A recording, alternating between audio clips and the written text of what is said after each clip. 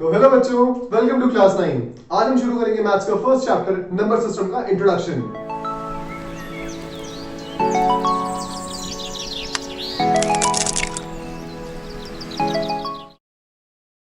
तो चलिए पहले 8th क्लास की रिवीजन थोड़ी कर लेते हैं। तो 8th क्लास में हमने काफी नंबर्स, टाइप्स ऑफ नंबर्स के बारे में हमने पढ़ा था।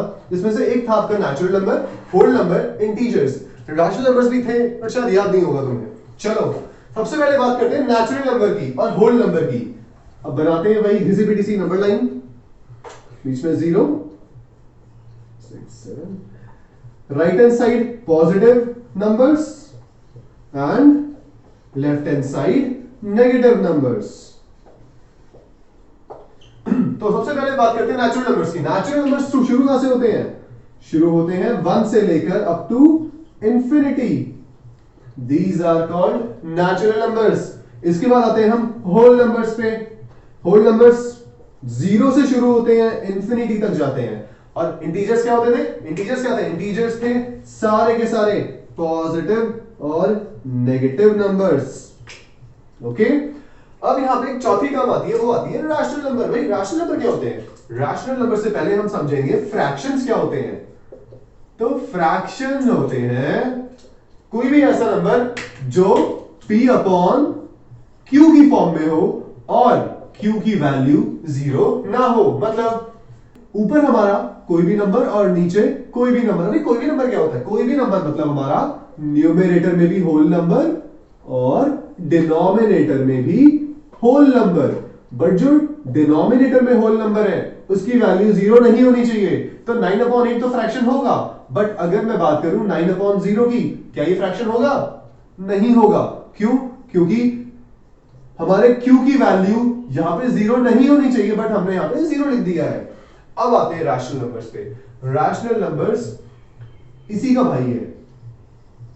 रैशनल नंबर क्या कहता है कि भाई ऊपर इंटीजर लिख लो और नीचे भी इंटीजर लिख लो, बस नीचे वाले की जगह 0 मत रखना।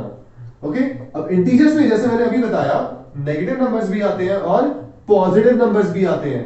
तो यहां पे हम -7/9 लिख सकते हैं, -6/3 लिख सकते हैं, -2/3 भी एक रैशनल नंबर होगा। बट अगर मैं फ्रैक्शन की बात करूं, क्योंकि देखो यहां पे मैं दो भाइयों की बात कर रहा हूं, फ्रैक्शन और रैशनल नंबर। अभी इनका तीसरा भाई भी आएगा जो बिछड़ गया था मेले में, वो था हमारा इरैशनल नंबर। फिर आएंगे इनके पिताजी कौन? Real number. पूरे खानदान के बारे में पढ़ेंगे इनके। तो सबसे पहले हम आते हैं रैशनल नंबर और फ्रैक्शंस में फर्क क्या होता है। बड़ा बेसिक डिफरेंस, ध्यान से सुनना। फ्रैक्शन में न्यूमरेटर और होल नंबर में, और न्यूमरेटर और डिनोमिनेटर में आप होल नंबर लिख सकते हो, और होल नंबर की जगह, डिनोमिनेटर वाले होल नंबर की जगह 0 नहीं होना चाहिए। सेम रैशनल नंबर में आप इंटीजर्स लिख सकते हो और नीचे आपका 0 नहीं होना चाहिए। तो अब मैं ये कह सकता हूं कि भाई 8/9 अगर मैं लिख रहा हूं, ध्यान से देखो, 8/9 अगर मैं लिख रहा हूं तो ये फ्रैक्शन होगा, क्योंकि होल नंबर ऊपर नीचे है और नीचे 0 नहीं है। और ये इंटीजर भी होगा। कैसे? ऊपर और नीचे इंटीजर है, 8 और 9 इंटीजर भी तो है। यहां पे 8 और 9 आता, वो इंटीजर होता, ठीक है। बट अगर मैं इसको बना दूं एक -8/9, तो यहां पे बड़ा चेंज आ जाएगा। इसको फ्रैक्शन के खानदान से निकाल दिया जाएगा। क्यों? क्योंकि फ्रैक्शन में केवल होल नंबर्स आते हैं और होल नंबर में नेगेटिव नंबर्स नहीं आते। ओके, ये चीज बड़ी क्लियर रखना अपनी। तो अब आते हैं इरैशनल नंबर्स पर। इरैशनल नंबर्स और रैशनल नंबर्स के बीच डिफरेंस क्या था, और ये दोनों भाई मेले में पिछड़े कैसे थे। अब देखो, रैशनल नंबर्स को अगर मैं यहां पे बनाऊं, ठीक है, ध्यान से देखना इस चीज को, तुम्हें डिफरेंस और क्लियर होगा इनसे नंबर्स के बारे में। तो भाई रैशनल नंबर्स के अंदर आते हैं तुम्हारे क्या क्या, सारे के सारे। ये तुम्हारा रैशनल नंबर है, ये तुम्हारे, ये लगा लो रैशनल नंबर का घर है, ठीक है, इतना बड़ा घर है रैशनल नंबर का। और इसके अंदर एक छोटा सा कमरा है, वो किसका है? इंटीजर्स का। अब इंटीजर्स का भी, इंटीजर्स के घर के अंदर एक और छोटा सा कमरा है, वो है होल नंबर्स का। इसके अंदर एक और छोटा कमरा है जो किसका है? नेचुरल नंबर का। अब इर्रेशनल नंबर कहां गया? इर्रेशनल नंबर आता है यहां कहीं कोने में, ये है सारे के सारे इर्रेशनल नंबर्स। अभी होते क्या है अभी बात करेंगे इनको।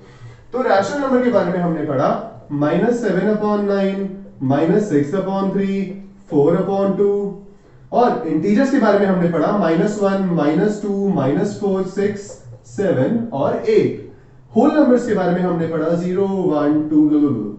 नेचुरल नंबर्स के बारे में हमने क्या पढ़ा? 1, 2। ठीक है, अब आते हैं इर्रेशनल नंबर्स के बारे में। इर्रेशनल नंबर्स के बारे में एक चीज बोली जाती है खाली, भाई इर्रेशनल नंबर्स ना रिपीट होते हैं, ना ये रिपीट होते हैं, और ना ये टर्मिनेट होते हैं। टर्मिनेट मतलब खत्म होना, और रिपीट भी नहीं होते हैं। कैसे? अब एक नंबर का एग्जांपल लेता हूं मैं, 0.010। ओके, इसके आगे 110, 1110, 1110, और ये चलता जा रहा है। अब इस नंबर को ध्यान से देखो, इसमें क्या हो रहा है? ना ये नंबर रिपीट हो रहा है और ना ही ये नंबर खत्म हो रहा है। तो ये नंबर, इस नंबर को मैं किसकी कैटेगरी में रखूंगा? इर्रेशनल नंबर्स की कैटेगरी में रखूंगा। अब आते हैं रैशनल नंबर्स पर। रैशनल नंबर्स तुम्हारे या तो रिपीट हो सकते हैं या तो टर्मिनेट हो सकते हैं। 1/10 का 1/10 की वैल्यू क्या होती है? 0.333, और ये चलती रहती है। अब देखो यहां पर ये रिपीट तो हो रहा है बट टर्मिनेट नहीं हो रहा, तो ये हो गया एक रैशनल नंबर। और इर्रेशनल नंबर से आते नॉन टर्मिनेटिंग, नॉन रिपीटिंग। ये तुम्हारी टर्म बहुत आ रही होगी एनसीईआरटी में और कंफ्यूज भी होते होंगे क्या होती है ये। तो नॉन टर्मिनेटिंग, नॉन रिपीटिंग का मतलब यही होता है कि ऐसे नंबर। अब मैंने तुम्हें बोला कि भाई ये दोनों मेले में छिड़े हुए भाई थे। क्यों थे? क्योंकि इनके पिताजी ने एक मेले में लेके गए, वहां जाके भागा दौड़ी हुई, और उन पिताजी का नाम था रियल नंबर्स। क्या नाम था? Real numbers. तो भाई हम ये कह सकते हैं कि ये सारे के सारे नंबर्स रियल नंबर्स के अंदर आते हैं।